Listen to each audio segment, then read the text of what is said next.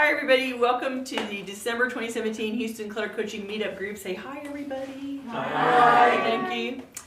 I am Gayle Goddard and my business is the Clutter Fairy, and you can hire me as a professional organizer, as I've been coached to say today. Tonight's topic for the meetup is, let me just read it off. Breathing room, organizing for peace of mind. So I came up with this topic because I wanted to talk about the idea of clutter is a continuum in levels of chaos. When it's not very much clutter, it's not super distressing. When it's a whole lot of clutter, it's very, very distressing, right? So along that continuum, you have various responses to it, and at some point, you cross over and make a trigger, right? So I want to ask the idea, I want you to think about it in terms of this. Ask yourself, what parts of the clutter are driving you crazy or driving your partner crazy? What makes you mad as soon as you see it? What makes you immediately want to start yelling at your partner? That happens a lot. What areas make you want to stick your fingers in your ears and go la la la la la la la la and hyperventilate? These are all different ways of saying what about your house is making you crazy or cranky or anxious or angry, right? Clearly those are descriptions of not being with peace of mind. You're not being peaceful in your house. So the goal here is you want to be able to come home and feel peaceful and rejuvenated and rested in your own home.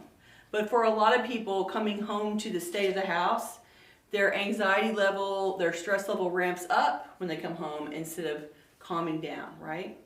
But for most people, there is a crossing the line tipping point that you get to where it's cluttered, it's cluttered, it's cluttered, it's cluttered, and then you cross the line, it's like, oh my God, and your head explodes. Like you reach your maximum capacity to cope and you lose it. And for some people, that is triggered by a specific type of clutter. So I'm going to tell you a story about a client. So I have a client who's married and she has 3 kids and they're all under the age of 12, you know, like 12 and 9 and 6 or something like that. And her husband works out of the house, of course. And when he comes home, he walks in the house and he's like, oh my God, the house is a wreck. Why is this so awful? Why is the house always a wreck when I come home? Which is a pretty broad statement, okay? 2-story house, 3 kids. You can imagine the constant fight to deal with the clutter in the house, right? So she's doing her best. She's not super mom, but she's doing pretty good to manage behind 3 kids. She has a little bit of help. And you know, it looks like a house that 5 people live in, and it's not a surprise. But he gets to a point where he comes in and he's like, ah. So I got a chance to ask him, what is it about the house that really is hard for you? What is distressing for you? And he said to me, I hate it when I come home and the chairs are not straight and in a line with the dining table. And he stopped talking. Like that was the tip for him. Now we're standing in the house with dirty dishes on the counter and toys all over the floor, and I'm looking at him like, that's the tripper? Like, that's the one that's flipping you out, and we're standing in this sea of chaos. And for him, none of that mattered. He was an engineer, and it bothered him that the chairs were not lined up with the table. And that made him mad and made him start raging about the house. And so I thanked him very much, and he went about his way. And I looked at my client and I said, that is a super easy fix. Doesn't matter what you get done during the day. If you walk over before he comes home and straighten the chairs around the dining table, you're good. Like that is super easy. So that was a funny and extreme example of what I'm talking about. But for him, the difference between coming home and being happy and coming home and being angry was the chairs being lined up around the dining table. Now that wouldn't do it for me. That would not send me over the edge. But you see my point. Like everybody has the one thing that makes them insane. So we work in her house and we go through and sort things and dig them out. And we have to refluff a lot because she has kids, right? And 2 of them are boys, let me just say. That adds to the general chaos level. And when we are done, we make sure the chairs are in line with the table. And, you know, we're hoping that that helps. But it's a perfect example of it's not rational, it's not reasonable, it's not logical.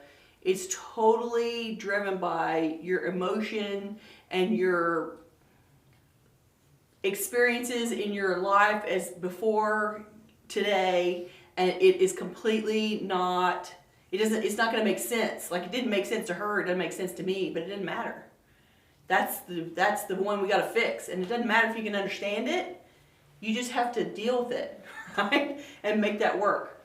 So I want you to think about in your head, what is the thing in your house that makes you insane?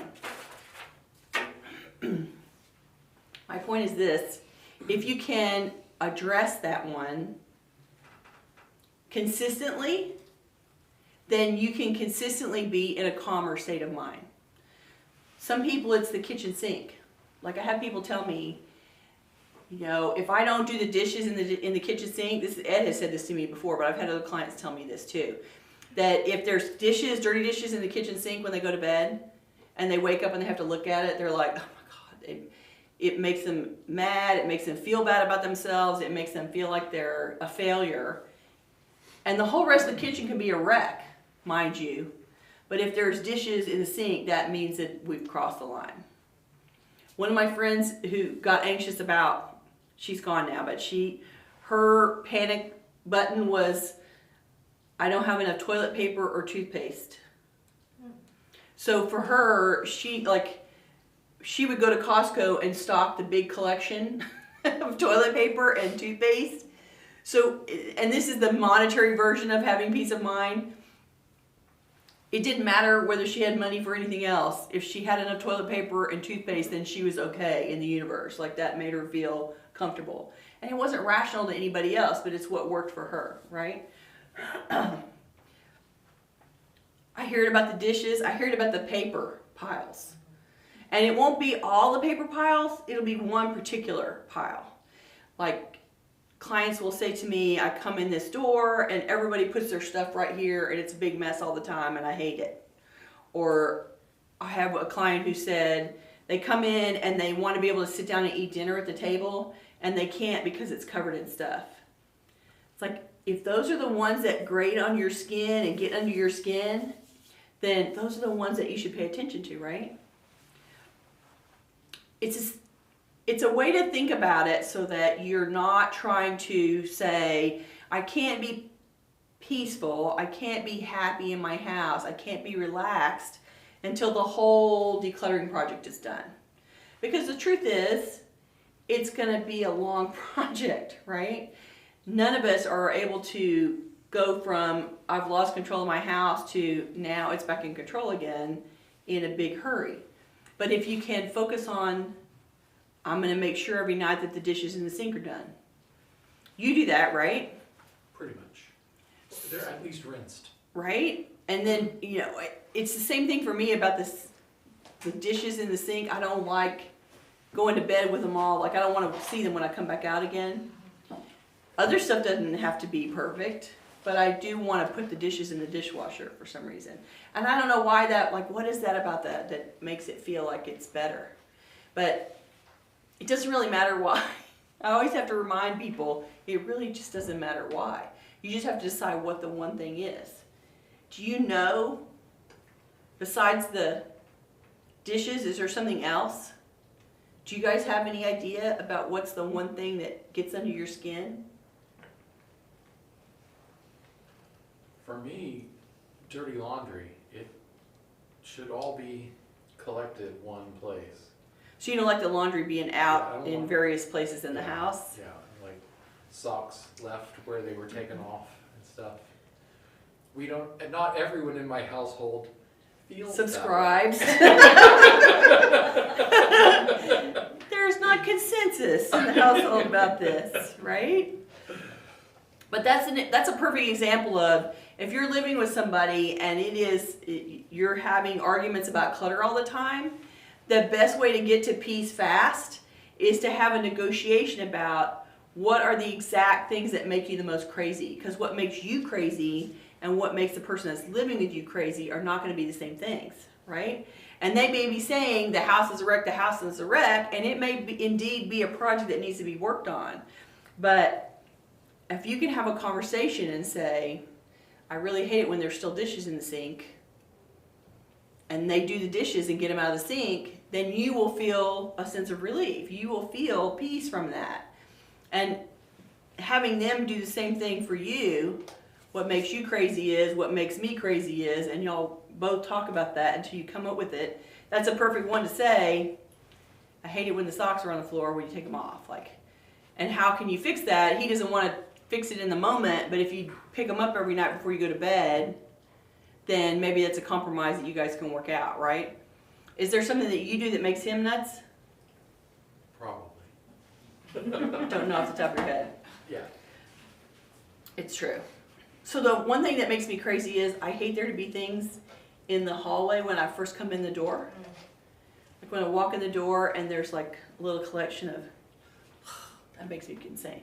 I always go put that stuff up because I don't want to look at it. Like I don't want it to greet me when I first walk in the door. And I find that that's true for, that's part of the trigger for clients when I start talking to them. There's something about when you first come in the house, you don't want to be greeted with the reminder of the clutter immediately as you cross over the threshold, right? So if you can keep the pathway that you go through clearer, it sort of doesn't slap you in the face as soon as you come in the house.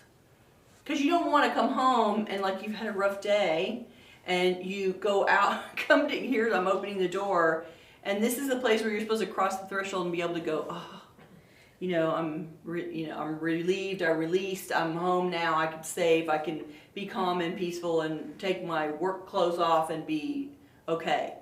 And if you go to take that step and it makes you go, the house is a wreck, you're robbed of that moment of relaxation and rest, right? I know it's a hard process to think about, to separate. It all makes you kind of crazy, right? But as you walk around the house, you can look at the ones and go, yeah, that doesn't bother me. Because there's certain things that people see or don't see. And when I'm working with people, they talk about the idea that this stuff over here is like it's part of the landscape, right? It's become part of the wall. There's boxes over there and they don't see them anymore.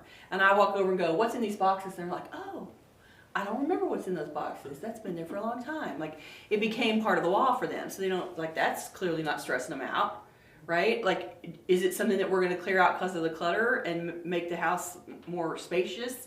Yes, but it's not the one that's making them grit their teeth when they come home at night. So you want to find the one that makes you grit your teeth, the one that makes you go, ugh, or feel like you're going la la la la. When you have to like actively not look at it in order to not be upset, that's the one that you want to find. And usually it's a small thing. It's not a big thing. And it's that smaller project allows you to, you can spend an afternoon working on that little piece and give yourself some relief. And when you get that one done, you can move on to the next most aggravating one on the list, right? During the holiday season, nobody has any extra time, right? And so this is part of how you can make it through this season without losing your cookies, is only trying to do this little piece and make it be the noisiest one possible. When I go work with people for the first time, I usually ask them that question. They always want to say to me, where should we start? I don't know where we should start. And I say, what's making you the most aggravated? What's making you, spit nails? And they always have an answer. The bedside table, the dining room, the laundry room. There's always a point in the house where every time you go up against it, you feel like you're hitting the wall, right? You feel like you can't accomplish anything. You can't get it done. You can't get through. It's so frustrating. It's Those are the ones that we try to peel away first to give you some sense of relief. you too can find that spot, right? I talked about this one.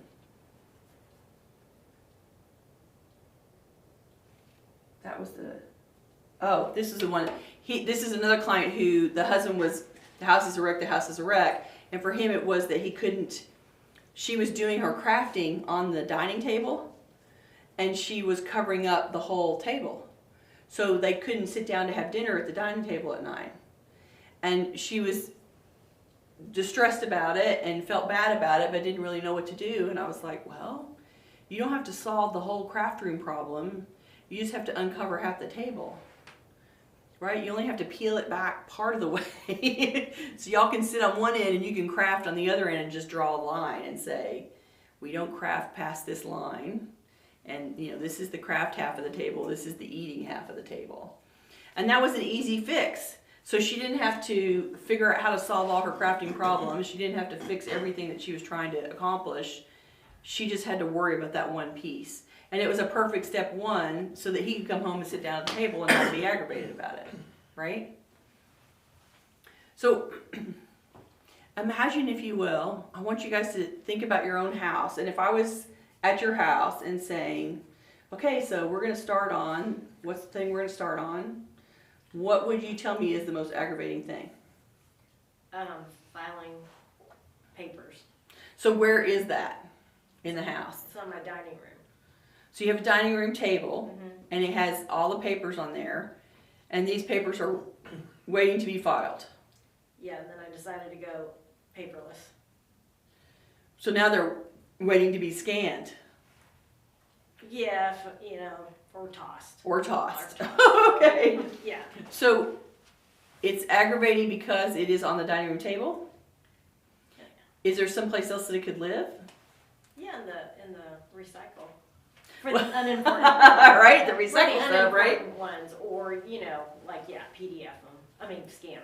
Right. Yeah. But while you're waiting to get all that done, is there someplace else that you can put them besides the dining room table that wouldn't be as irritating? Yeah, I could dump them in my plastic bins. But just literally dump it. Right? And where would the plastic bins go? Well, right now, I guess just in my house or a storage unit. No, not storage. Right. Because you won't get to them. But you could put them, for instance, under the dining room table, along the wall. I mean, you can uncover that surface and still have it not be barking at you so loud, right? Mm-hmm. Okay. Bobby, what about you?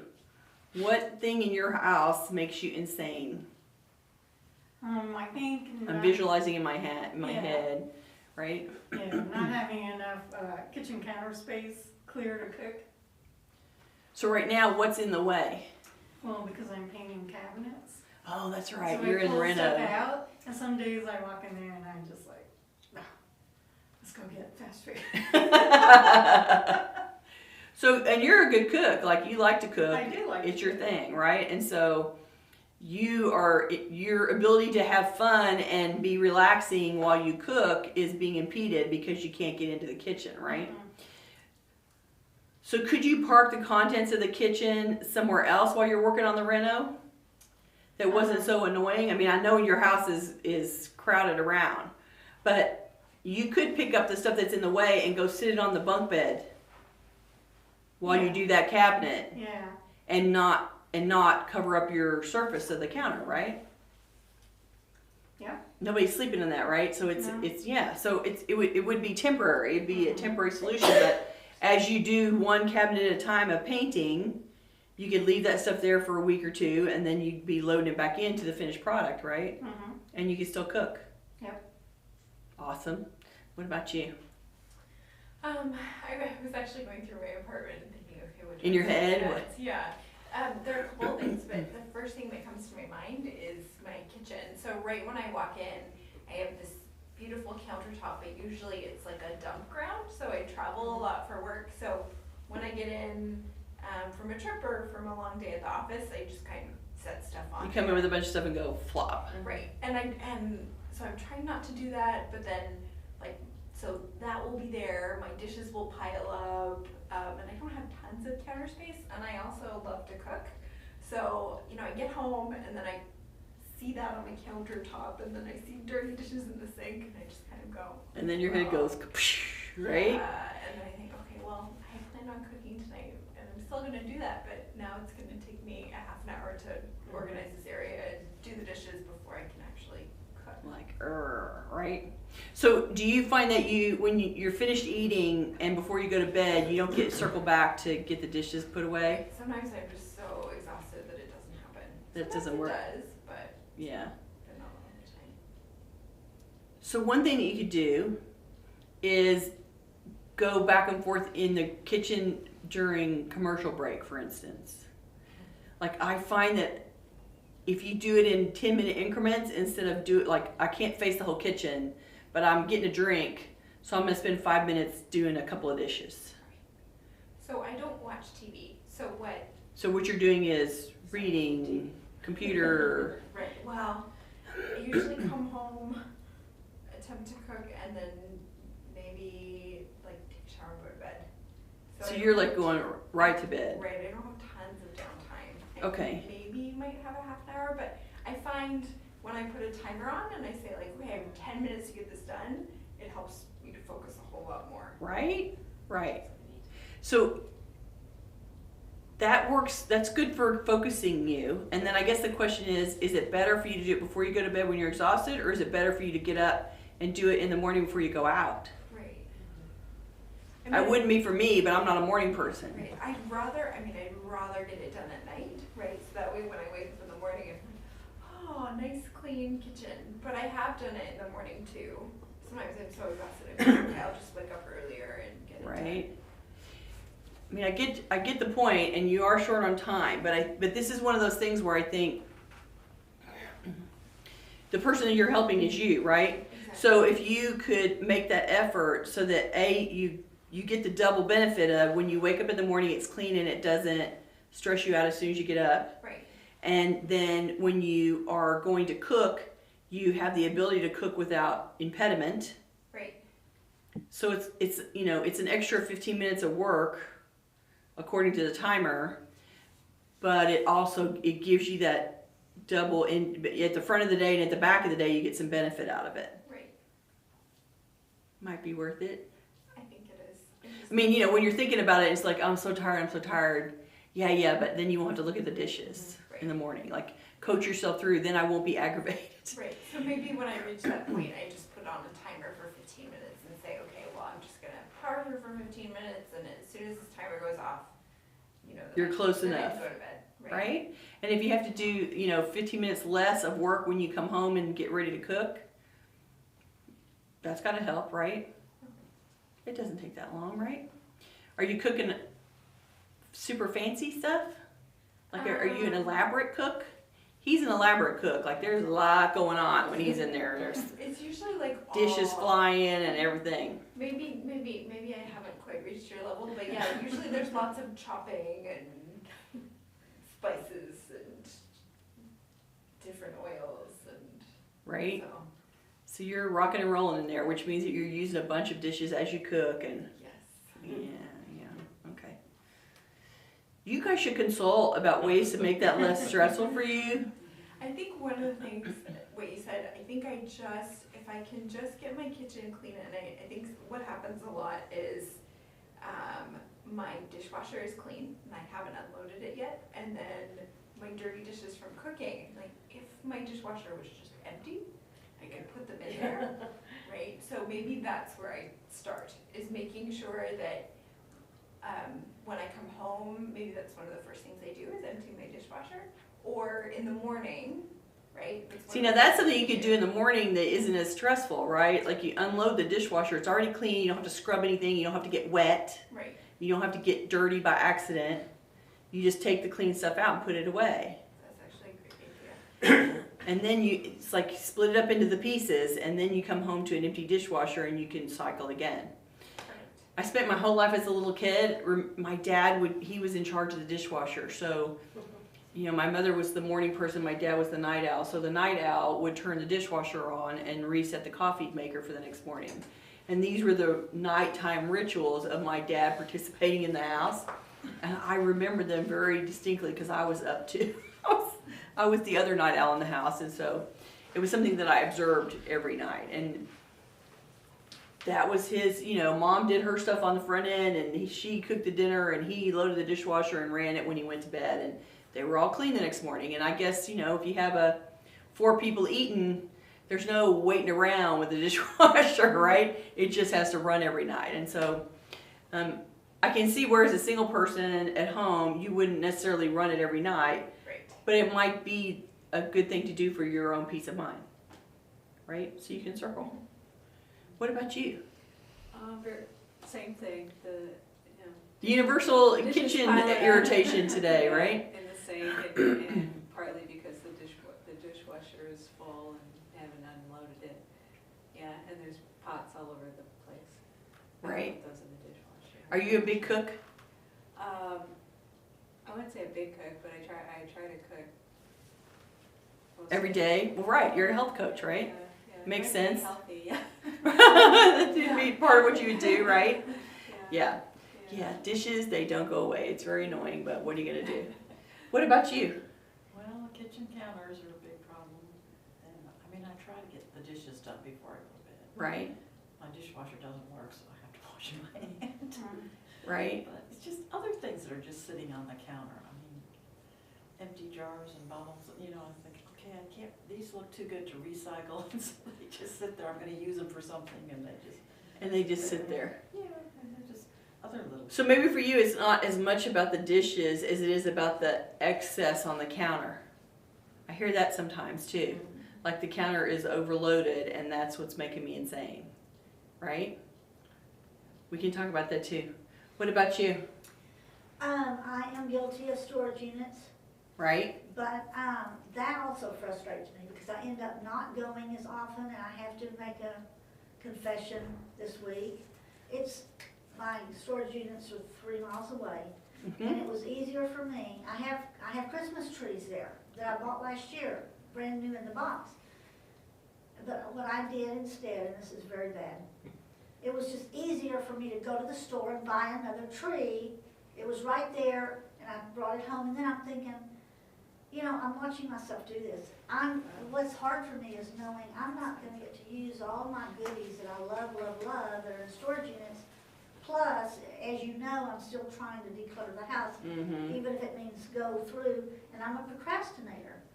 Because one thing, and and she knows this, is that I've procrastinated because a long time ago I won the thing for her, Oh, right, and right. I still haven't, but I keep wanting to clean my house and get the clutter out before the organizer comes. And I keep saying you don't have to do that, I right? know, so But the point is that, I can open the front door though, and you could get in. right? So, That's that's good. close. You cleared out the route so you can get into the house. Gayle will at least, because I was always afraid I wouldn't even let workmen in, because then I have to say, oh, I'm just moving in. Only I'd been there 5 years already. I had to always think of something. And the other day, someone came in and I said, oh, I'm doing Christmas. But it was bagged. I'm mad about coming in and just setting a bag down on the floor. So Yeah. my thought to wrap it up is just that I'm at my age, I want to be able to say Yeah. I used everything. Mhm. Because, and I am a cook, I love to cook, have tons of cookbooks, but I don't want any of that out. I'm not the kind of clutter person that I want it out. So I'm a put it in boxes, like a squirrel would store You squirreled it away. But I'll go Yeah. to it because it's labeled. But the Good, ones good. on the very bottom it's hard to get to. Right, exactly. So I'm having to condition myself to decide to start selling some of it. Let stuff go, right? Because I'm paying a lot of money on the Yeah. storage unit. Right? And the Everybody thing needs about a flood. having it be overloaded, Yeah. as you get older, you lose the ability to shuffle all the boxes around, right? Like it's real easy to work with 5 high or 4 high boxes when you're 20 and not so much when you're 50, right? It gets harder. So boxes are a short-term solution that allows you to corral them and make them look uniform. But as a long-term solution, it just means that you've kept all this clutter with you and put it in boxes. So then, like you said, you can't get to the stuff on the bottom, and you have to, to get to the one on the bottom, you have to put 4 out in your pathway, and you make a mess by unpacking a box to get to the thing that you want. And the better solution, this is why they have the Swedish death cleaning book, right? The better solution is to start letting go of stuff, and so that you don't have as much to manage as you get older and it gets harder, right? And everybody's laughing at me, everybody's looking at me like, sure, Gayle, whatever you say. I recognize that look on your face. I used to like to cook. I have over 70 cookbooks, but I don't anymore. So right? My problem is my home office. It's in the living room, and I'm good about taking the paper and putting it out, but stuff that needs to be scanned backs up. Stuff I just don't deal with right then backs up. Then the cleaners come in once a month, and I have to take the piles and move to the dining room table, and even, and then they get left there. They don't migrate back. They don't migrate back. Yeah. So this is the paper version of, I don't really have that much energy and time to do this much paper anymore, right? So you're probably saving more than you need to. Well, I'm thinking at my in terms of your own scanning all this stuff in, I'll probably be dead before I use it. Well, and it's a lot to scan, right? Yeah. So And will it make a difference? Well, nobody can get into the computer. I might learn how to get into the computer, so. right. I think you have to decide which of those pieces of paper, on the spectrum of this is all useful information. Some of it's going to be super extra useful, and some of it's only going to be maybe. And you have to scan over here in the super extra useful stuff. Like this solves more than one problem, has a whole bunch of information, is really topic specific, whatever. And the stuff that's a little bit more generic or isn't as much information, figure that you can let that go and not worry about it. Because you don't want to spend your, what's the word for this? Your golden years. You don't want to spend your golden years scanning your paper away, right? So you want to concentrate on the stuff that's really, really important. And let the other stuff go and figure it'll be okay. You can probably get by with the stuff that's really, really fabulous. And if you have to go find something else, if the really, really fabulous paperwork covers 50% of what you need and you have to go do a little research to get the rest, maybe that's more fun, right? Yeah, he's not. He's not buying that argument yet. No, I was just thinking, I used to be able to remember this stuff, and now I can't. So that's why I do so much scanning. Right. I'd read an article and I could remember it a year later, and now, a month later, I can't remember what. Well, But right. you just Google it. Google's always gonna be there, or. She's right about that. You can, it's can much file easier for us to save refresh PDF. ourselves, Yeah. You can- These are mainly newsletters, and so they're not going to be available online. Stuff out of newsletters, health newsletters, business newsletters, that Yeah. sort of thing. But at some point, like what I say, everybody needs a flood, because that, or have a friend like go through your cookbooks, and they can be a independent eye for you, and it makes it a little more fun instead of you slugging through stuff by yourself, and then after a while your brain just starts hurting if you have a hard time detaching from stuff. But it's like, really, I had all these utility bills, and then Right. just other. But your mind has probably changed about that over time, right? Like in the beginning, it seems like it makes sense to save all the utility bills, but now you're looking back on it and going, what am I doing with all the utility bills? And you're able to pitch them out. Yeah, and I don't need to sit there and record them, and I don't need to analyze them. I mean, just you have an idea, that's fine. And then I'm trying to change everything to just e-statements, like all the investment statements I had. It's like, oh my god. Well, that can be a problem at times, because I had all this stuff stored and I decided to start cleaning it out, and then I realized I didn't have a copy of it, I was just shredding it, and I don't have my basis for calculating Yes. profit. It's okay. Right? The IRS that's is a- short-staffed. They're not going to audit you probably in the long run. Well, I but mean, if sometimes you just have to do a guess. and I have- any I have kind the of same company thing too. that's publicly traded, you can search what was the price of this on this day. Like all that stuff is available online now too. So you can do a good faith estimate and not be in super bad trouble. Yeah. That's what I'm saying. There's a way, there's a workaround. You're not the only one that's lost the basis for the product. I'm just saying. Not the only one by far. I had an idea. Do you have a smartphone? Do I? Yes. Yes, I imagine that it has a camera. yes. Okay, so I don't know if you thought about this, but so I work with very, very young millennials, and they don't scan anymore. They just take pictures. Yeah. But there's an app that you can put on your phone called CamScanner, Mhm. and they send me documents that I need, and it looks exactly like it's been scanned, and the clarity is amazing. And it takes them Repeat it, okay. maybe 30 seconds instead of a minute, not even 30 seconds, 15 maybe, to scan it. And it's clear enough that I can use it, And expand it and read it. right, and put it in their files. So That's cool. CamScanner or CamScan, and maybe you could take that picture, it scans it, you could email it to yourself, and then immediately you can save it. Well, that would be a lot easier than the scanner, because the Yeah. scanner's slow. Yeah. Right, exactly. So she's recommending an app called CamScan, Or CamScanner, one of those two. CamScan or something like that, that goes on the smartphone that can scan documents really fast using the phone camera.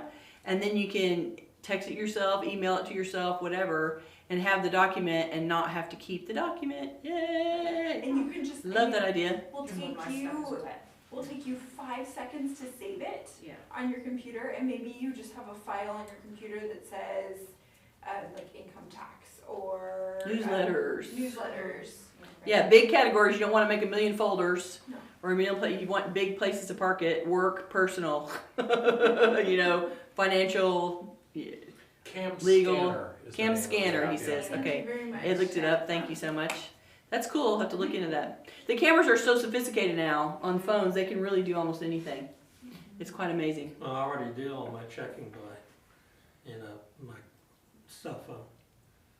You just scan it in and Poof, there it is. there it is, yeah. That's awesome. Okay, cool. So I just want to reiterate that although we all have the project that goes on for forever, and we know that we've had meetups about getting through the project, doing the maintenance, getting to the other end of the routine of the result. It's going to take a while to do that, but this focusing on what is getting under your skin right now will give you relief. And it's what I do with my clients when I first start working with them. What's making you crazy? Let's work on that. And this is a way that you can give yourself some relief in the beginning of the project, at the front of the project, and while you're stressed out about other things. Stop and look around in the house and say, what's making me crazy? I had somebody on Facebook the other day say that it was their their bedside table next to the bed. Like there was a bunch of books all over it and all their Kleenexes and all the stuff they're bringing to bed to read, the magazines and the drinks and everything. And then they go to bed and it looks like, an explosion next to the bed. How not peaceful and restful is that? When it looks like the whole side of the bed is about to fall off from the stuff on there. She spent a couple of hours. She organized, cleaned off, whatever, reset. And it implies a maintenance project as well. That clearly she's going to go to bed every night and she's going to bring books and she's going to bring Kleenexes and she's going to bring water. And so once a week you have to sort of reset that space and make it work for you again in order to continue to feel peaceful about it. So focus on those little chores, put them at the top of the list of the things that make you feel better, and you will be able to stay happy about it, not be mad, and continue on with the rest of the project later. Once you cross the tipping point, you're going to be so mad, and then everybody shuts down. I had a client the other day walk into their garage. We were going to work on the garage, and she walked in the garage, and she started picking things up, and she said, I don't know what to do with that. I don't know what's in these boxes. Okay, no, I can't do this today. I can't do this today. My husband has to be here. I can't do this. And she literally had her hands up in the air like this, and she was like, nope, it's not happening. Can't do it. And we had to turn around and go in the house and do something else because she couldn't face it.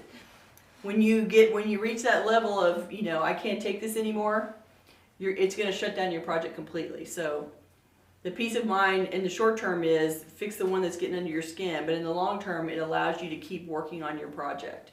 And that is always the ultimate goal, right? Do you guys have any questions for me today? Nada? I was gonna add one more thing, which is when you look for that thing that grates on your nerves, you can also, when you figure out what it is, you can also look for the habit. If there's a habit you can cultivate that will deal with that. And so one for me has always been the mail.